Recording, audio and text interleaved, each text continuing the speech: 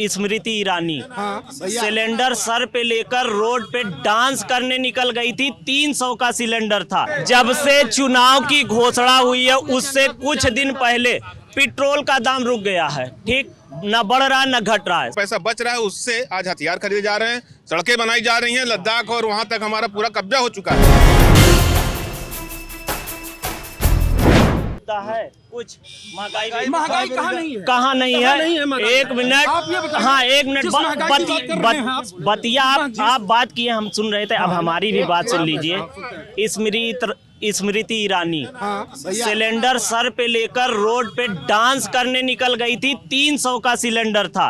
1000 रुपए पहुंचा दिया मोदी जी ने। चुनाव है, सभी को पता है चुनाव है। एक मिनट, अरे 300 आज कितने? रुक जाइए, सुन लीजिए। रुपया सब्सिडी देती थी, वो हमारी जेब से देती थी हमको वापस, उसी को माइनस करके आज जो है 1000 रुपया पहुंचा। ठीक, आप सब्सिडी चाहते हैं, हर एक चीज फ्री में चाहते हैं।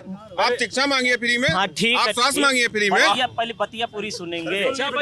बोलिए, पेट्रोल चुनाव का जब से राशन फ्री चाहिए। भाई साहब सुनिए, पहले मूलभूत सुविधाएं तो हमारी पूरी हो जाए जो हमारी जरूरी सुन तो लीजिए। आप गांव में जाके देखें अपने वोट के लिए फ्री राशन दे रहे हैं। आप वोट के 2000 रुपए ले रहे हो, वापस कर रहे हैं। 2000 रुपए ले रहे हैं, 2000 रुपए खत्म क्यों लेते हैं? क्यों नहीं वापस करते हो? नहीं चाहिए, गल्ला नहीं चाहिए, गल्ला नहीं चाहिए। आज भाई साहब रुकिए, जो सरकार जो सरकार इनका सवाल तो सुन लीजिए, जो चाहिए। हाँ ठीक, आप महंगाई हुआ, ठीक, आपका पेट्रोल जब से चुनाव की घोषणा हुई है उससे कुछ दिन पहले पेट्रोल का दाम रुक गया है। ठीक, न बढ़ रहा न घट रहा है, 100 के अंदर ले आए। नहीं तो चीजें बढ़ती जा रही थी। कहाँ तक पहुंचाएंगे?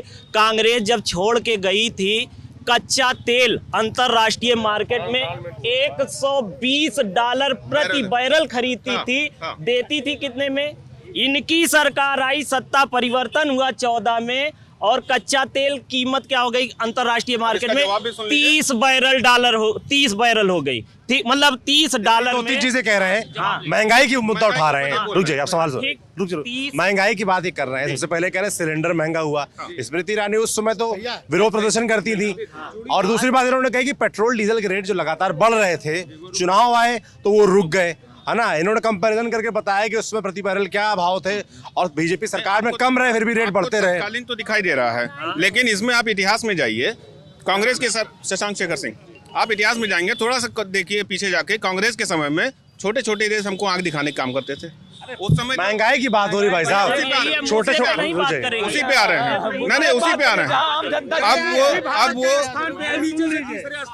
एक मिनट रुक जाइए, जबरदस्ती बात करेंगे, एक मिनट बात करने दीजिए। कांग्रेस की सरकार पेट्रोल पे सब्सिडी देती थी, गैस पे सब्सिडी देती थी।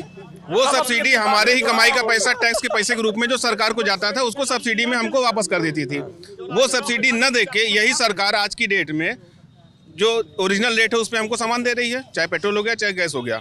जो आज के रेट है उस पे हमको दे रही है। जो सब्सिडी का पैसा बच रहा है उससे आज हथियार खरीदे जा रहे हैं, सड़कें बनाई जा रही हैं। लद्दाख और वहां तक हमारा पूरा कब्जा हो चुका है। बिल्कुल है। कहाँ का कब्जा हो गया?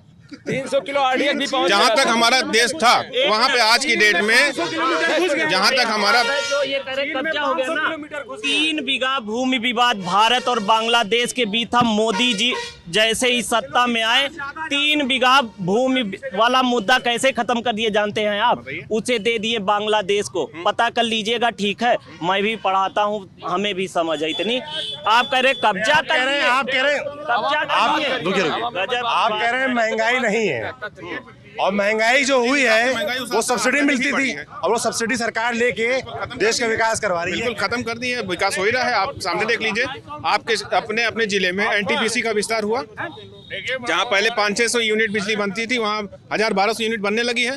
वो कहां से हो रहा है?